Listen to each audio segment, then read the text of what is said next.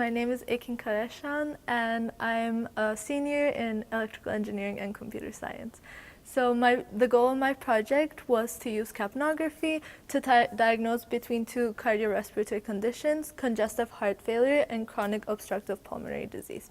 So the problem is that there's a lot of people suffering from respiratory conditions. However, the diagnostic tests that are used to diagnose these conditions require a lot of effort from the patient, and they might be very hard to comply with if the patient is under a lot of distress.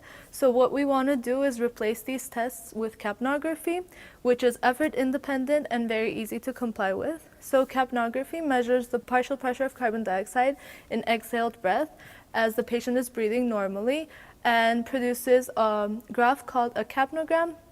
And these capnograms have distinct shapes for different cardiorespiratory conditions.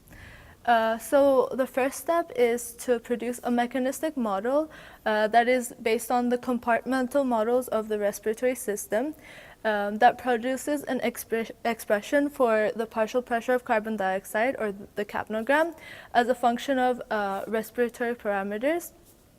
And these respiratory parameters are physiologically relevant.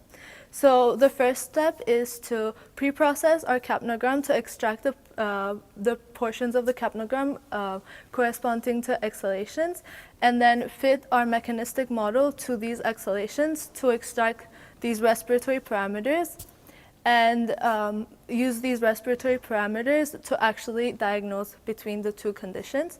So using these estimated parameters in a training set, we trained a quadratic discriminator, and we used this quadratic discriminator on a test set and applied it on a patient-by-patient basis to obtain an accuracy of around 87.5%, which was very successful. So.